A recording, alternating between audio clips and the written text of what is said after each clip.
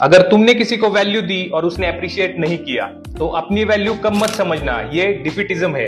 ये तुम्हारी वेल्थ को मार रहा है, तुम्हारी हेल्थ को खत्म कर रहा है और तुम्हारी हैप्पीनेस तोड़ रहा है। सबसे बड़ा साइकोलॉजिकल ट्रिगर यही है जब तुम्हें लगता है कि लोग तुम्हें अप्रिशिएट नहीं कर रहे। तुम क्विट कर देते हो, अपने आप से बुरा बोलते हो, अपने आप को बुरा ट्रीट करते हो, और वो भी सिर्फ किसी और के कंडक्ट की वजह से।